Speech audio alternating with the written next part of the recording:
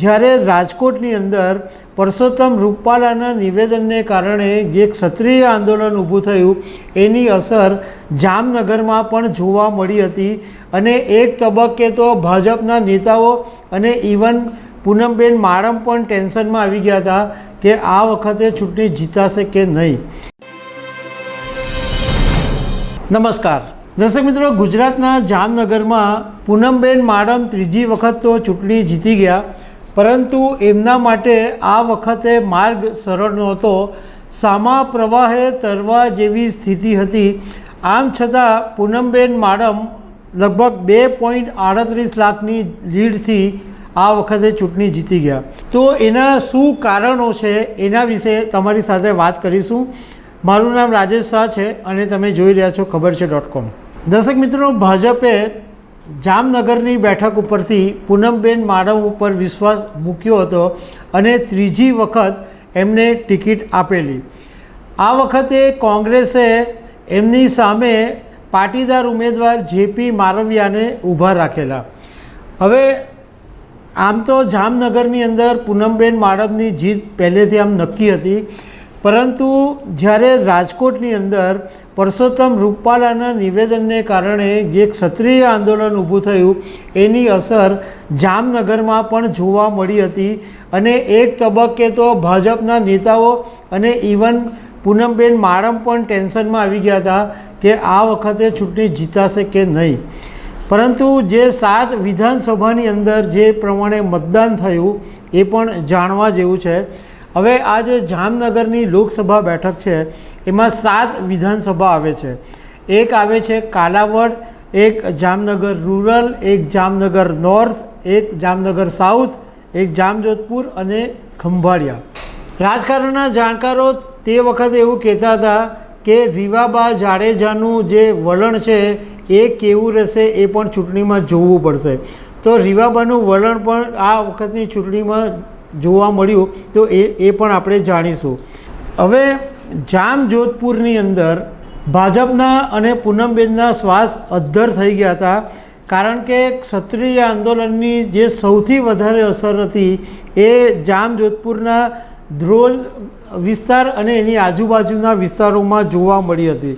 પૂનમબેન માડમ આ વાતને પારખી ગયા હતા અને એમણે મતદારોને મનાવવા માટે અંતિમ દિવસોની અંદર ક્ષત્રિય આગેવાનો અને ક્ષત્રિય સરપંચોની સાથે બેઠક કરી હતી અને એનું પરિણામ એ આવ્યું કે આજે જામજોધપુરની જે બેઠક છે, જે વિધાનસભા બેઠક, એમાં પૂનમ માડમને 26,000 કરતાં વધારે મત મળ્યા।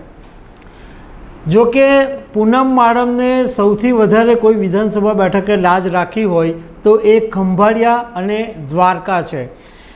ખંભાળિયામાં પૂનમબેન માડમને 1 લાખ કરતાં વધારે વોટ મળ્યા, જ્યારે જેપી મારવિયાને 60,910 મત મળ્યા। મતલબમાં ખંભાળિયાએ પૂનમબેન માડમની લાજ રાખી। બીજો જે દ્વારકા વિસ્તાર છે એ ભાજપના દિગ્ગજ નેતા પબુભા માણેકનો વિસ્તાર કહેવામાં આવે છે અને દ્વારકામાંથી પણ પૂનમબેન માડમને 1,05,014 વોટ મળ્યા। એ આ જે ટોટલ 6 વિધાનસભા છે એમાંથી સૌથી વધારે મત દ્વારકામાંથી મળ્યા।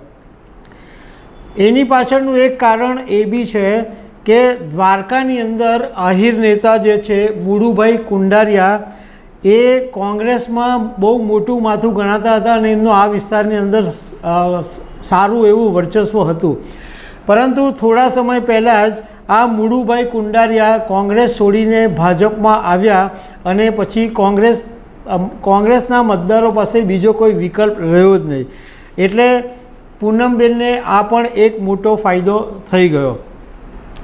કાલાવડ વિસ્તારની અંદર 2019ની જે લોકસભાની ચૂંટણી હતી એમાં પૂનમબેનને 63,470 મત મળેલા અને 2022ની જે વિધાનસભાની ચૂંટણી હતી એમાં 59,292 મત મળેલા, પરંતુ લોકસભા 2024માં આ જે કાલાવડ વિધાનસભા છે એમાં પૂનમબેનને 68,817 મત મળ્યા।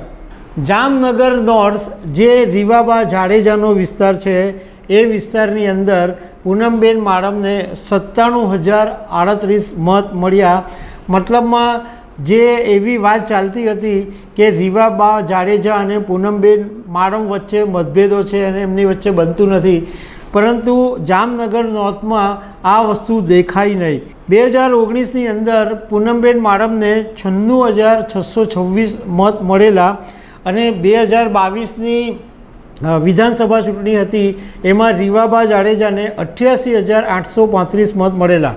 મતલબ એમ કહી શકાય કે રીવાબા જાડેજાને વિધાનસભામાં જે મત મળેલા એના કરતાં પણ વધારે જામનગર નોર્થમાં પૂનમબેન માડમને લોકસભામાં મળ્યા.